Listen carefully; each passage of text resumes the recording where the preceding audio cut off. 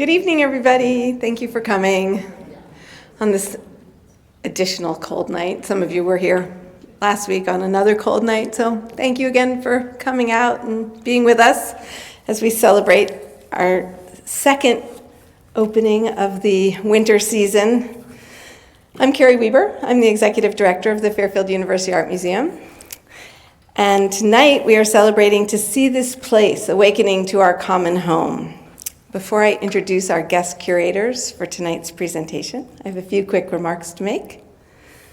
I want to mention the other exhibition that opened, Dawn and Dusk, Tonalism in Connecticut, is on view in the Bellarmine Hall galleries, and for those of you who haven't seen it yet, it is beautiful. It is warming to the soul. I highly recommend it. It's open tonight till 8 o'clock, so if you're feeling very ambitious, you can swing up there after here. Just a reminder, both of our galleries are open every night until 8 o'clock, and not every night, are open every Thursday night until 8 o'clock, thanks to an Art Bridges Access for All grant. So if not this Thursday night, another Thursday night perhaps.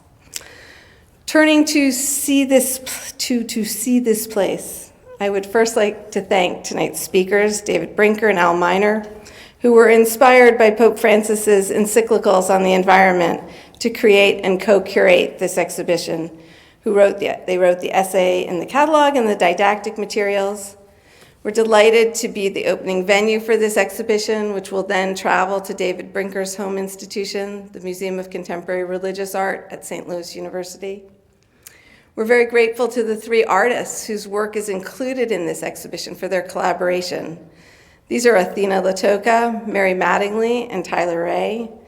A special shout out to Athena LaTocha, who came and supervised the installation of her very large and complex piece that you will get to see very soon. I'd also like to thank Aquarian Water Company for their generous support of this exhibition. We're delighted to have a representative of the company with us tonight. Thanks for coming, and thank you for your continued support of our free programming. This evening's lecture is part of the Edwin L. Wiesel Lectureship Junior Lectureships in Art History and is made possible by support from the Robert Lehman Foundation. Please check our website, Eventbrite site, or the exhibition catalog for more information about the additional free programs that we have coming up in conjunction with this exhibition, including a free gallery talk coming up with artist Mary Mattingly.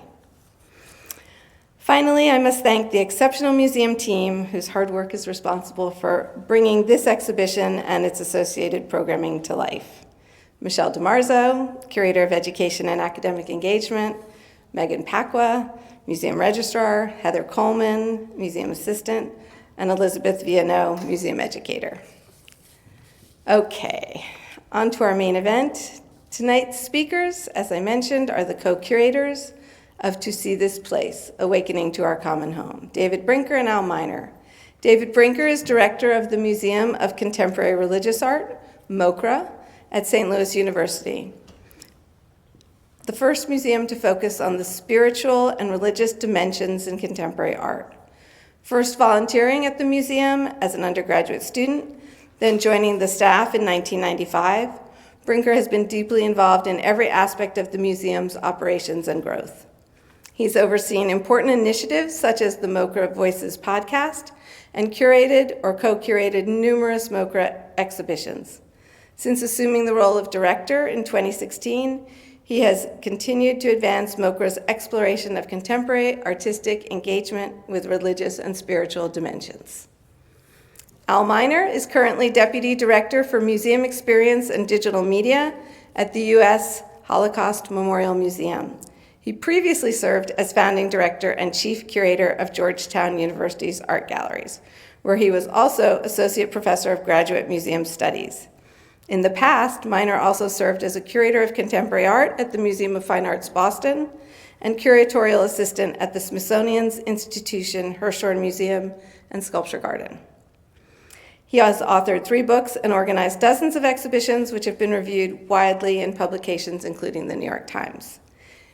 David will speak first, followed by Al, but I think they're going to go back and forth. And I'm going to let them do their thing, and then they're going to answer questions at the end. Please join me in welcoming David and Al.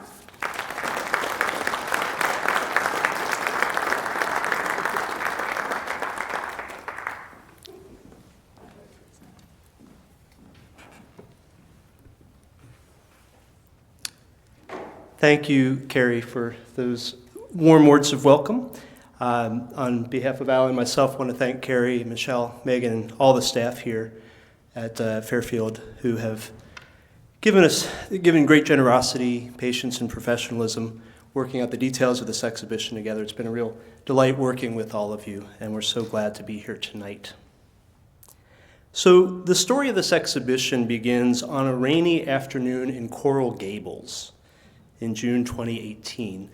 It was my first time attending an Association of Academic Museums and Galleries conference, and I had chosen to attend a special interest dinner gathering of directors of small museums. So there had been a mix-up with the reservations, apparently, so there was a group of us huddled, dripping wet in the bar area of the restaurant waiting to be seated, and while I was waiting there, I first met Al, and learned that he was poised to become the inaugural director of new art galleries at Georgetown University. And it's always nice to have colleagues who work in similar contexts. So for us, both smaller art museums and a Jesuit university connection. But two things became clear to me the more we talked. One is that Al knows a lot more about contemporary art than I do, but I know a lot more about Jesuit and Ignatian stuff than he does. So it turned out to be a pretty productive pairing, I think. In early 22, I floated the idea to Al of curating or co-curating a show for MOCRA, and happily he agreed. We began exploring possibilities, and we realized that concerns about climate change and its impacts were growing areas of focus on both of our campuses. This was partly a response to a 2015 encyclical by Pope Francis titled Laudato Si, which I'll talk more about presently. But for the moment, what's important is that Laudato Si is a lens helping to focus the energies of many different constituencies on our campuses, from the hard sciences to theology to the humanities. And this meant that there would be opportunities for collaborations and perhaps funding for an exhibition focusing in this area. So we began to work on an exhibition that would show at both MOCRA and Georgetown. It has been a long and winding road from there to this evening. The biggest change, obviously, is that the venue's changed slightly, and again, our gratitude to Carrie for her really enthusiastic embrace of the exhibition. And I want to say here again, Carrie and I met through the Association of Academic Museums and Galleries. That led to the creation of a museums network within the Association of Jesuit Colleges and Universities. And these networks are so important and fruitful, a real lifeline, I know, for me during the pandemic. And I hope these relationships will continue to grow and prosper. So what we want to do this evening, I'll begin by giving you additional context about Laudato Si, for those who are not familiar with it. Talk a bit about how we selected the works for the exhibition, and then talk more specifically about the artists and the works you'll see in the show after the talk. And then we'll be happy to take questions at the end. So, Laudato Si, On Care for Our Common Home, is an encyclical published by Pope Francis in 2015. In case you're wondering, Laudato Si is an Italian phrase best translated as "praise be to you." It's drawn from the famous Canticle of the Creatures, penned by St. Francis of Assisi. If you're a churchgoer, you might be familiar with the hymns All Creatures of Our God and King or Canticle of the Sun. Those are both paraphrases of that poem. Now, I would describe Laudato Si as a wake-up call, addressing the global ecological crisis and the way that humanity has and hasn't been responding to it. Now, what's an encyclical? Anybody? Yeah. An encyclical is a pastoral letter addressed by the Pope to the whole Catholic Church, providing guidance on important matters. Encyclicals are expected to carry a lot of weight with believers, but historically some of them have had more impact or wider and more lasting impact than others. An example would be Rerum Novarum, which was published by Pope Leo XIII in 1891. But that's considered the foundational document of modern Catholic social teaching. And I suspect that Francis hopes that Laudato Si will have a similar reach and long-term impact. Many people around the world, including non-Catholics, have embraced the document and are actively responding to its urgent call for changed ways of life. On the other hand, the U.S. Catholic bishops have been a little slow to champion Laudato Si and to prioritize that, and we all know the countries of the world have fallen far short of their commitments on climate change. So that led Pope Francis in October of 2023 to release a follow-up document titled Laudate Deum, that's Latin for praise God. And in this, Francis calls world leaders to task for their failures to meaningfully address the climate crisis. Here, I would call it maybe an expression of holy impatience, not the resistance and foot dragging. It is, if you get a chance to read it, he does not mince words, let's say. At the heart of Laudato Si, Francis proposes an integral ecology. An integral ecology links human flourishing with a responsible stewardship that flows from respect for all species. An integral ecology recognizes that the systems, institutions, mindsets, and habits that threaten vulnerable ecosystems and species also threaten the most vulnerable and marginalized peoples of the world.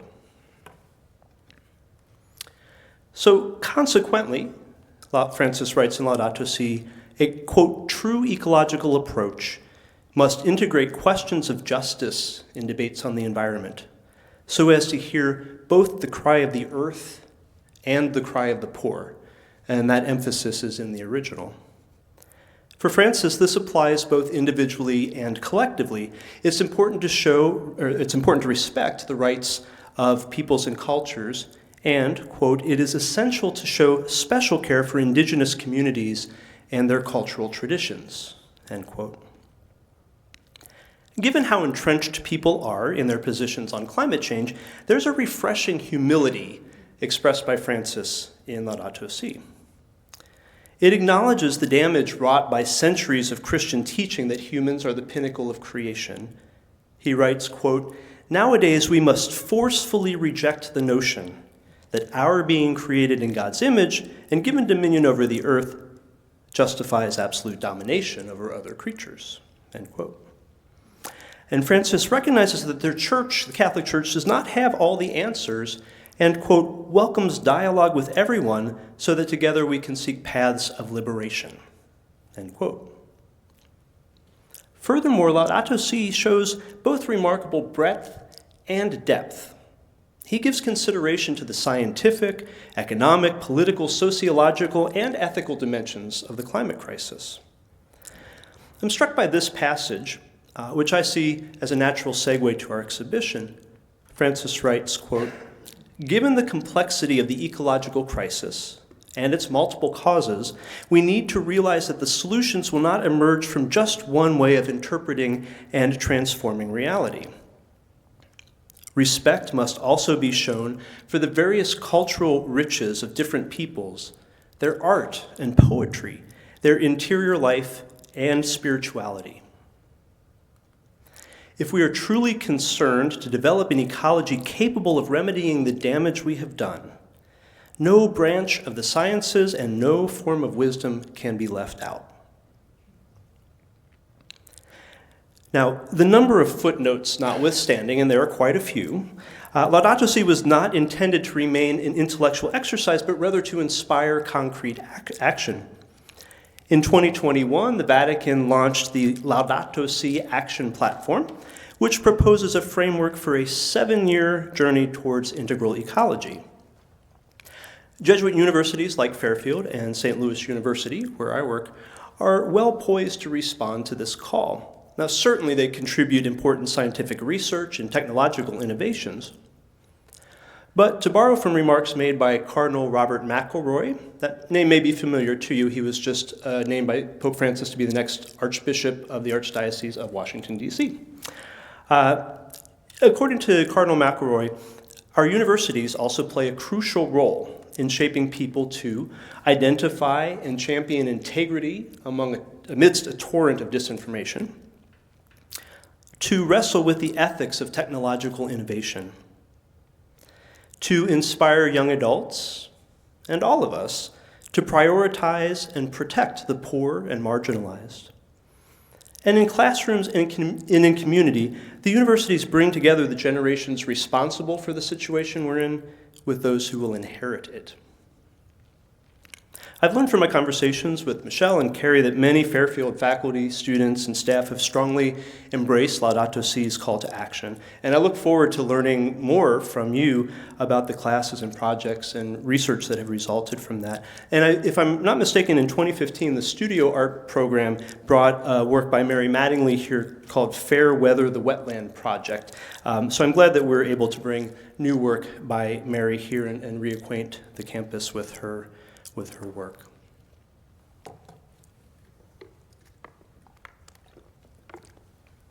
So, how does Laudato Si connect to this exhibition? The final section of Laudato Si considers the habits, attitudes, and ethics that we must adopt to live sustainably and to undertake the difficult work ahead. Among these, he says, is the importance of learning to see and appreciate beauty. Let's see here. There we go. Quote, "If someone has not learned to stop and admire something beautiful, we should not be surprised if he or she treats everything as an object to be used and abused without scruple." The Ignatian educational tradition has always valued the role that the arts, whether visual or musical, literary, theatrical, in movement and dance, and more, can play in forming well-rounded and socially involved students. Our Jesuit university museums are a part of that vibrant tradition, and it seemed natural to Al and me that an art exhibition could be a compelling and powerful contribution to our campus's responses to Laudato Si. Its call not only to address climate change, but also to heal relationships in our communities, among cultures and nations, and with the natural world.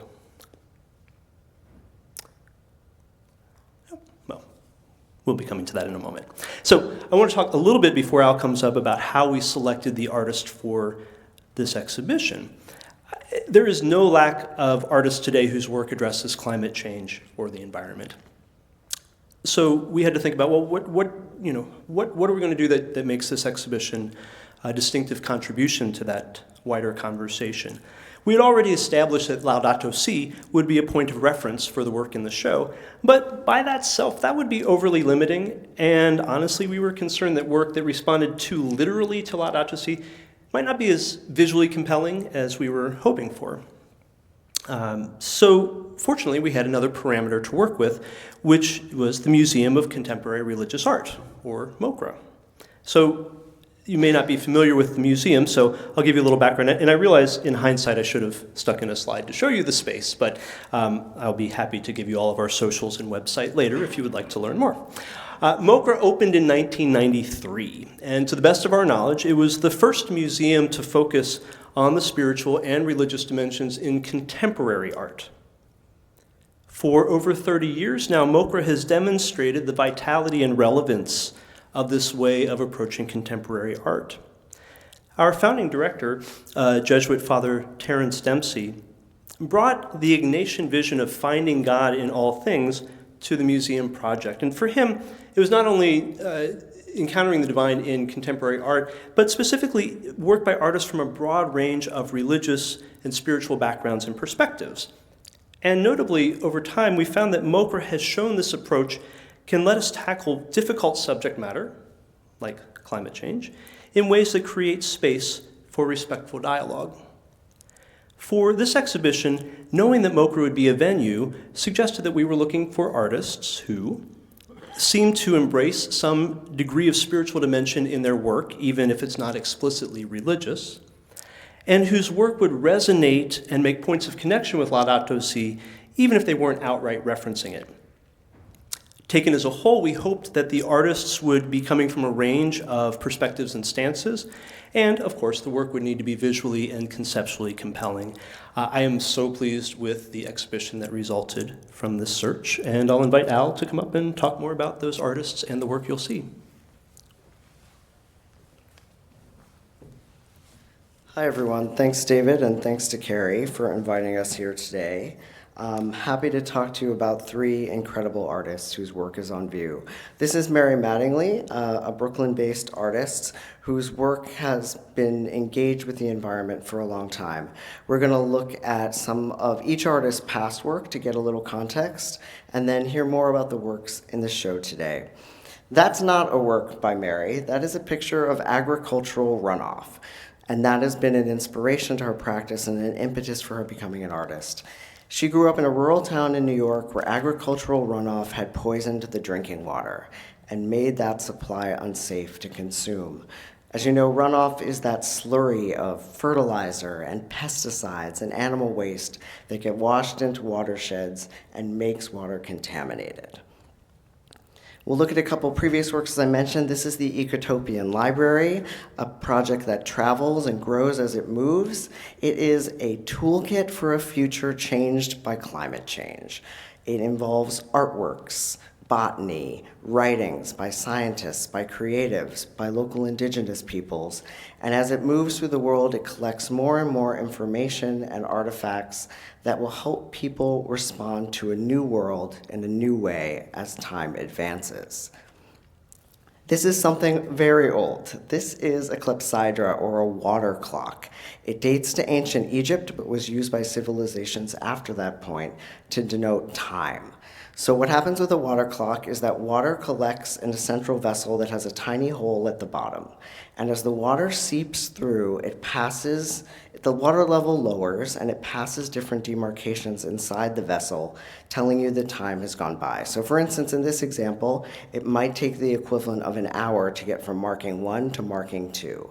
This way of harnessing a natural element of water and using it to tell time has been fascinating to the artist and inspired multiple artworks.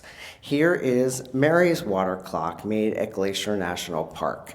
This is a series of vessels in a large space that works with melting snow water. So snow melts up in the ceiling area, is collected, it then rains down, making a beautiful sound component to the piece.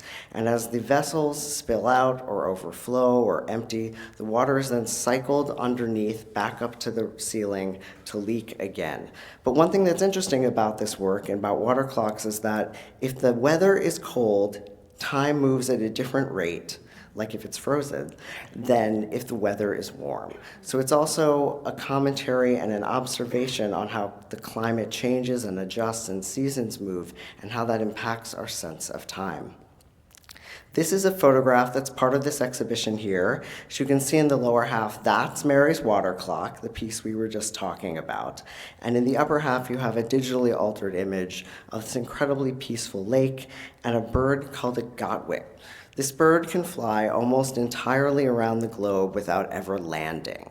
So this is an image that the artist describes as spiritual. But for me, I also see the link to the fact that this bird is engaging in an endurance sport. And as climate changes, all creatures will have to learn to endure amidst these new conditions.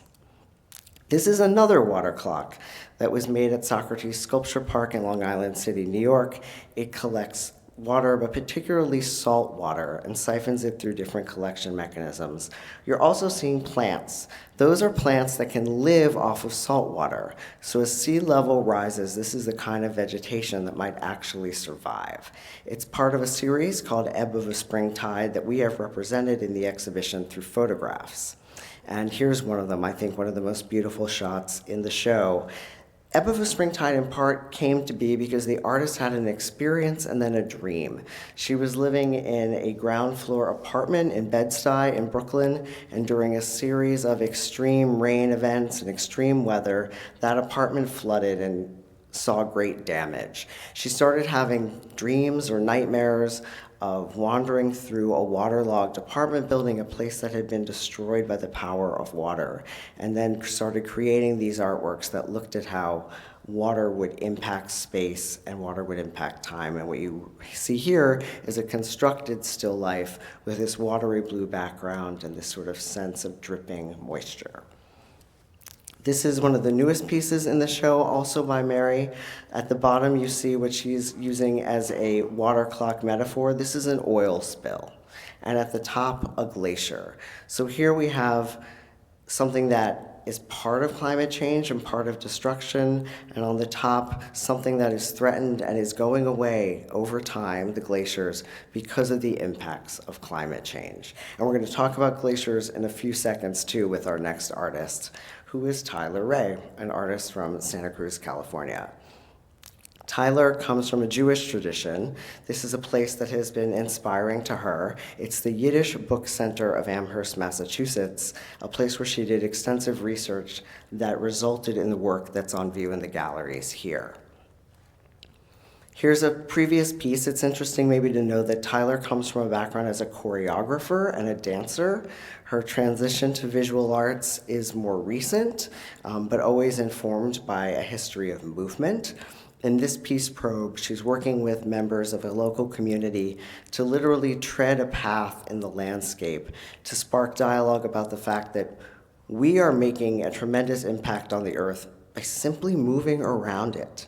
And we're leaving behind our footprint in a way that may be permanent. Here's the thing about the glaciers. I promised we'd talk about glaciers and ice. This is a piece called For Laurentide, a dance piece that was done at Judson Church in New York City. The Laurentide ice sheet during the Ice Age covered all of Canada and much of the northern United States, including the ground, like right where we're standing now, was covered by the Laurentide ice sheet. As that ice sheet would grow and melt, it would change climate. It had the capacity to push the jet stream down, and that had lasting impact on the weather. As it melted completely, or almost completely, there's still some in Canada, it's had lasting impact on the climate that we know today. So this dance piece is sort of a eulogy to that ice sheet that melted and the impact it had on the physical landscape of New York and other cities in the US and in Canada where we tread today. This is a piece called Tidewater Studies done on Governor's Island in New York, a three-part piece. This is one of the three sections. Visitors would encounter Tyler doing this dance with emergency blankets in response to studies she did about the rising and falling of the tides there. You would then follow her through this archway to the waterfront to observe that tide and to think about how the tides are changing and the incredible impact the tide has on our climate, on our environment, and on our land. This is not Tyler. These are feldmesteren. So for hundreds of years in the Ashkenazi Jewish tradition, spiritual women in places like modern-day Belarus and Lithuania did this ritual.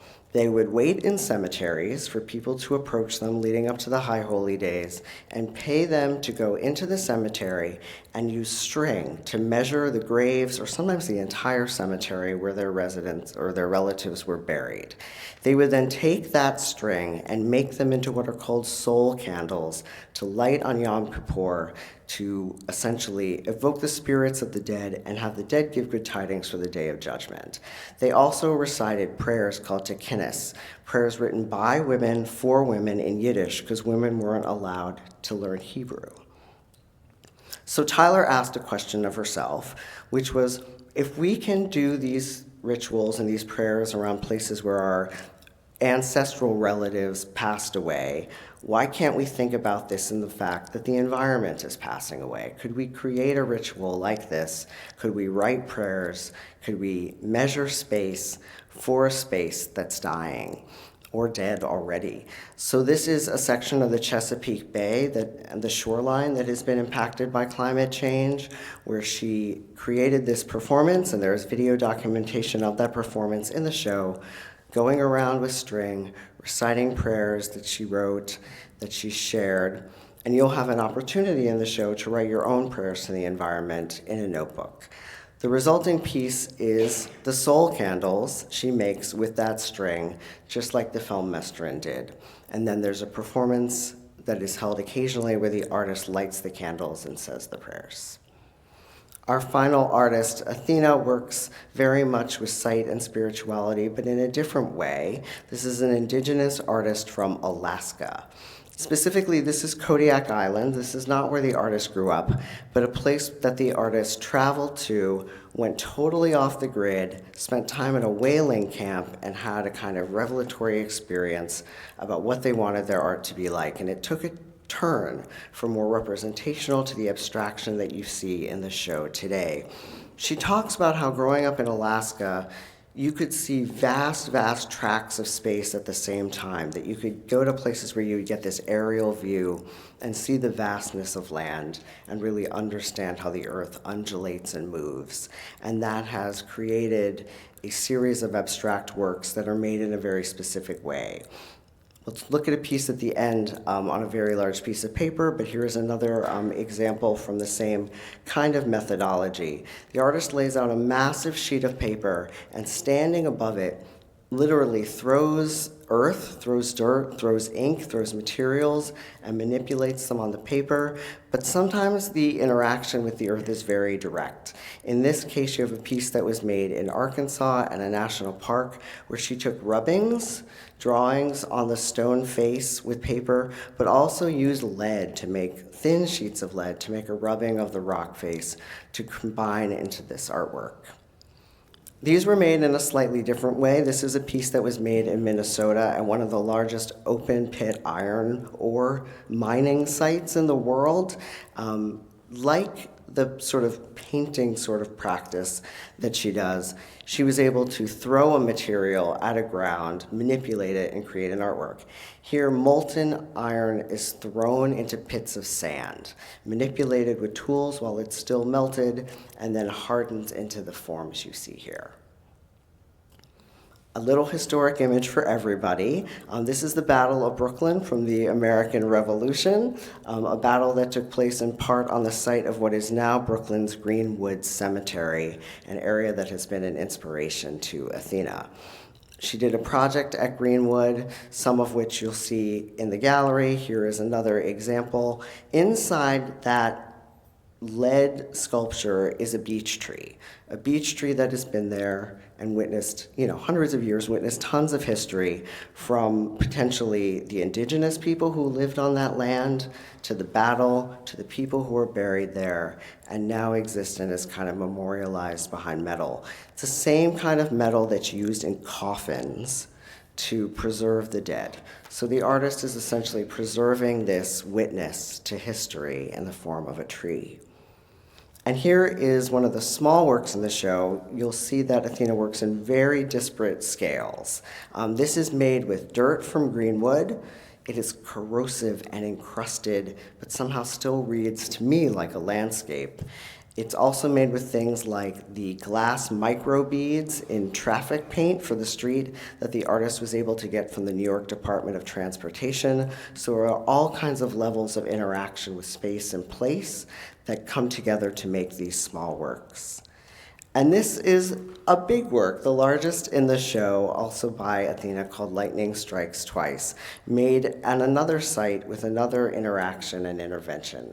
She was doing a residency at Dartmouth College in New Hampshire and would explore the landscape in the area that she was staying in. She'd go for long drives, pull over to the side of the road, pick up things like pine cones or pine needles and branches that had died, bring them back to the studio and burn them to turn into charcoal with which she made drawings. She was able, through a friend who was a geologist, to get access to a private mica mine. Mica grows in books, apparently, thin sheets that are all connected together.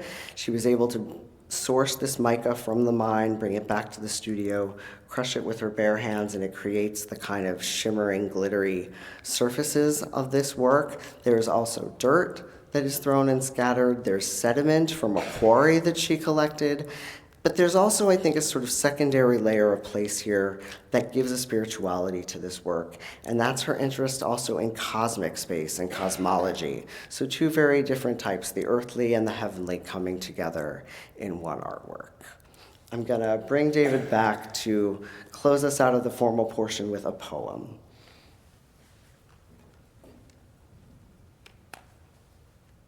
You make it sound like we're shifting into a very different sort of experience, but it's not quite like that. So thank you. I learned a lot, actually, from that. So I had noticed after we had selected the artists and the work that there was a through line that I saw emerging among all three artists, and it's a close observation of place, whether through journals and documentation, through intentional movement and performance and ritual, even to utilizing elements of a specific place as media in the work. But then each of these artists transmutes all of those materials in that work, infusing an element of metaphor, of transcendence, of openness. And I think that's very much in harmony again with Laudato Si. If you recall, Pope Francis emphasizes that science and technology on their own are not the solution to our issues, that we need to cultivate the ability to see with poetic eyes, to feel compassion, to identify strongly with a place or a community, to open our eyes to mystery, to the vastness of the world around us. And also we need to realize that we certainly have the means to dominate the world, but we can never fully comprehend it. And this realization should lead to awe and gratitude and wonder on our parts. So recognizing this commonality among the works also helped lead me to the main title for the exhibition. I have to tell you, for me, finding a title for exhibition is always the hardest part. But sometimes they just present themselves to you. And I'd like to share with you an excerpt from a poem by Catherine Pierce. It's titled Planet, and it's from this wonderful collection of poetry called Here, Poems for the Planet. So this is not the entire poem, but it's an excerpt at the end. I'm ashamed to say that most days I forget this planet, that most days I think about dentist appointments and plagiarists and the various ways I can try to protect my body from itself. But this morning, I stepped outside and the wind nearly knocked me down. This morning, I stepped outside and the blue nearly crushed me. This morning, this planet is so loud with itself, its winds, its insects, its grackles and mourning doves, that I can hardly hear my own lamentations. This planet, all its grooved bark, all its sand of quartz and bones and volcanic glass, all its creeping thistle lacing the yards with spiny purple. I'm trying to come down soft today. I'm trying to see this place, even as I'm walking through it. Thank you.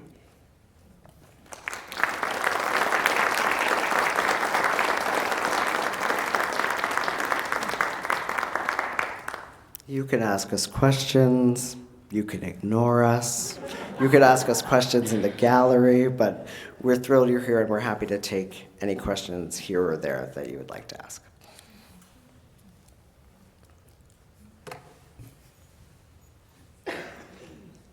David's going to take the questions. If you could come to one of the microphones that are at the back, just so the live stream can capture your questions and answers.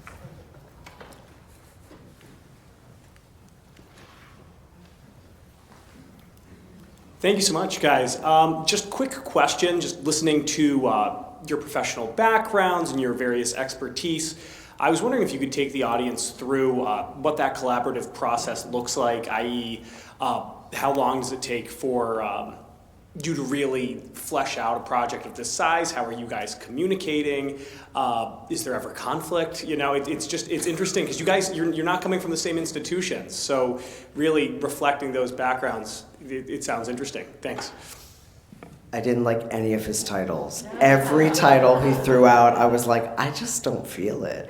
Like, we went through that a lot. So there's a lot of just iteration of back and forth and sort of throwing an idea back and forth. Do you like this artist? Do you like this title? Do you like this piece? Yes and no. But I feel like we were pretty simpatico, particularly about the artist work selection. It wasn't an easy show, I'll say. Like, shows come together sort of in two ways. You either pick artists and themes in their work or what dictates the theme of the exhibition, or you pick a theme and then you find artists to prove that hypothesis. And this was a pretty obscure hypothesis initially, right? That this Laudato Si could be the inspiration for an exhibition. So we went through the ringer finding the right artists to really illustrator ideas, but whose work we felt was very strong and could stand on its own. How long have we been working on this? 3 years. 3 years. It's a long time. Al was right about all the titles that he rejected. We should also acknowledge, we did not do all of this work on our own. On MOCRA's staff, I want to acknowledge Emily White and Julie Wyatt, who are two of our museum assistants, and I know some of your interns helped research. Yeah, I was associate professor of museum studies at Georgetown at the time we started working on this, and my grad fellows and my students were tasked with this crazy thing. I was like, I'm going to give you this idea. We're going to have a little meeting. I'm going to tell you what this doctrine is. You're going to read it, and then you're going to go forth into the world, go to museums, look at the interwebs, find me people to consider, and they did an incredible job.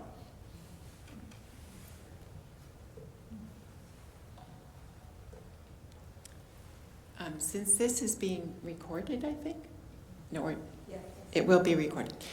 I hope you send it to Pope Francis. But I have a very strange question. Do you go for walks? In a very urban environment. Yes. Okay. And I would agree, yes. I'm fortunate. I live in St. Louis, as you might imagine, and St. Louis has a lot of parks within the city bounds. I'm fortunate to live close to one of those, and also to the Missouri Botanical Gardens, which is really one of the finest in the world. I'm a little ashamed to say that I don't take as much advantage of that as I can, but I do really appreciate it every time that I do. okay, so a follow-up to that. You're taking a walk, whether it's urban, parkland, what stops you in your tracks? Cute men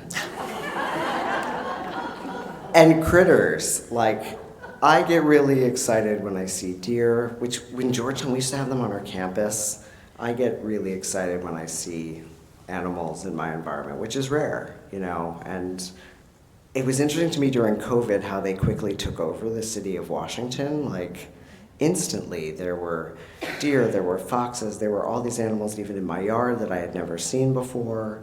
It was one of the sort of strange gifts of that time that we got to see nature change and grow in different ways. What do you see in St. Louis? Yeah, I'm glad you said that about the COVID, because I hadn't thought about that, but it really was remarkable, the stillness and the quiet walking the streets. I'd say for me, in a park setting, I'm usually caught by tree bark or unusual tree morphology, and skies, clouds especially. Yeah. They might serve as invitations for us. Thank you.